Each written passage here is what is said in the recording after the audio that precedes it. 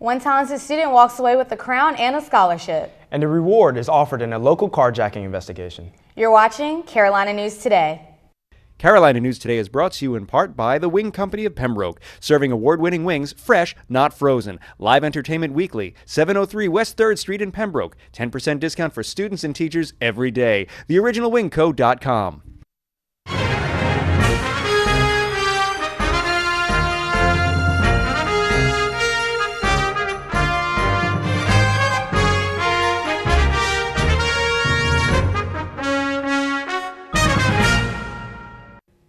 Seven students competed for the title of Miss UNCP in the annual pageant at Givens Performing Arts Center.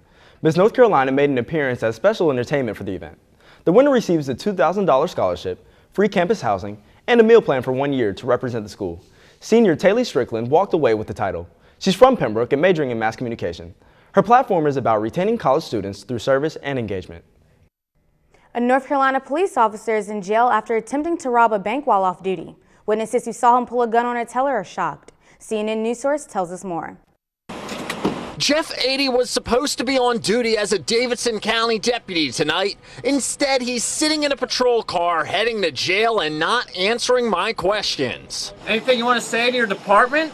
He's also now unemployed. Police say around 4 o'clock this afternoon, 80 walked into the F&M Bank in Rockwell with a semi-automatic weapon and demanded cash. He was caught 4 minutes later. Up until that moment, 80 was a Davidson County deputy. The sheriff is stunned. I am as shocked and appalled as anyone else about Mr. Acey's behavior. Sheriff David Grice says 80 worked for the department for years. Before that, he worked as a private contractor for Blackwater in Iraq and Afghanistan. 80's new assignment is a cell inside the Rowan County Jail, held on a $500,000 bond. Sheriff Grice says this puts his team in a bad light. We have a lot of employees, there's a lot of employees, a lot of other agencies in law enforcement, and it reflects badly on everyone. As for the bank, it closed early with a sign on the front door explaining what happened. Witnesses couldn't believe it. I just think it's wrong. And that a person whose job it is to protect against criminals is accused of being one. Never in my wildest dream I think a cop would do that. Robeson County Schools finished next to last in a recent financial report for public school systems. Even though they get the most low-well funding from the state, it's roughly $17 million, Robeson County ranks 99 out of 100 counties in per-student funding. The gap between Robeson County and the next poorest county in the tax revenue per student is nearly $400. According to the Robesonian newspaper, county officials believe a property tax increase of 46 cents would be required to fix the gap.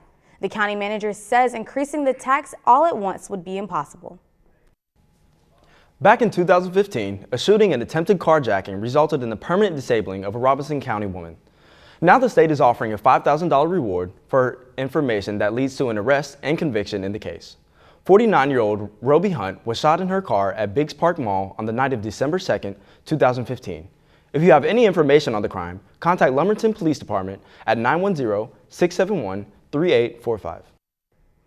In North Carolina, the Wayne County Sheriff's Office is investigating after they said the body of a woman was found in a mobile home. Officials believe it had been there for several months. CNN News Source reports. This is the MacArthur Pond Road home where authorities say they found the woman's body. Absolute shock. I've known the family for 25 years. Bonnie Cooley telling me that woman lived in the trailer with her son. She had medical problems and her son helped care for her. What has he told you about what took place here? He said that when she did die, that he could not physically let go of her body. It started Thursday. The Wayne County Sheriff's Office says the landlord asked them to check on the woman. Cooley telling us deputies had been by before, but this time they were more persistent. Investigators say the son told them about the body. Also inside the home, a deceased dog. Cooley says it'd been there since October. He was not in a good place as far as mental health at all. Nobody can be and make those kinds of decisions. Cooley says he suffers with depression and that he's currently staying with friends out of state. Is he remorseful for what's happened? Do you yeah. think he understands what's happened here? To a degree he does, and yes, he's remorseful. He knows he did not respect his mother's remains. A sign on the door says the trailer is condemned. 2 men are dead and 1 seriously injured after an altercation allegedly over loud music. According to the Robeson County Sheriff's Department, 47-year-old Scott Chavis of Shannon and 18-year-old Dakota Hunt of Red Springs shot each other on Rennert Road. Hunt's older brother, Jody, also suffered a gunshot wound. Chavis's daughter actually told the Robesonian music had nothing to do with it. She said Hunt approached her and her father aggressively, triggering the conflict. Police are still investigating. Jasmine's Cafe and Bakery will leave the campus bookstore, but some version of it will reopen in the Livermore Library, of all places. The idea to get rid of Jasmine's came out from university staff and the dining team at Sodexo. Administrators say Jasmine's hasn't performed well in the back corner of the bookstore. A contest to name the new business in the library attracted more than 150 submissions from students.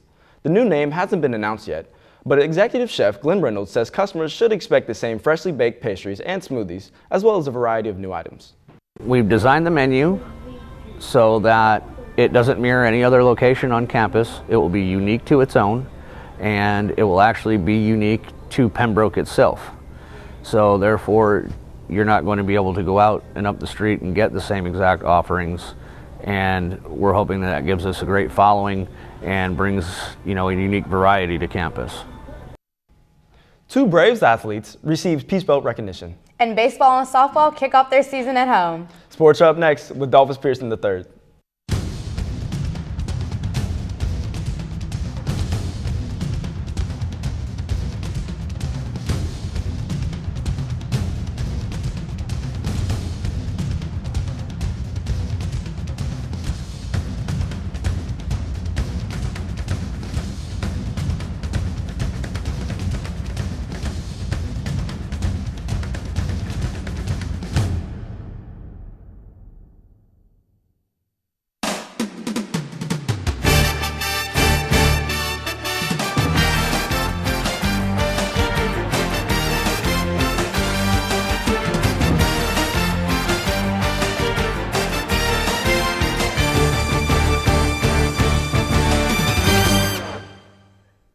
The wrestling team continued their race for a conference championship this week at home against Coker. The Braves led 18-0 after the first 4 matches of the night. Coker finally got on the board with a decision at 157 pounds, but UNCP steamed ahead with another 3 straight victories. The team ended the night in dominating fashion, beating Coker in 8 out of 10 individual matches, finishing the event with a score of 33-12. The Braves close out the home portion of their schedule when they play conference leader Newberry College on senior night. The softball team had their home invitational over the weekend to kick off their 2018 season. The team started the invitational with 2 wins, one against Kutztown and another against Shippensburg. In both games, the Braves started out sluggish, but rallied to victory, winning 7-4 against Kutztown and 10-2 against Shippensburg in a mercy rule. Seniors Jamie Johnson and Tony Nelson each registered 3 hits on the day. The Braves didn't play as well in the next 2 games, making costly errors and losing 2-3 against West Virginia State. The Braves fell again on Saturday in a second matchup against Kutztown.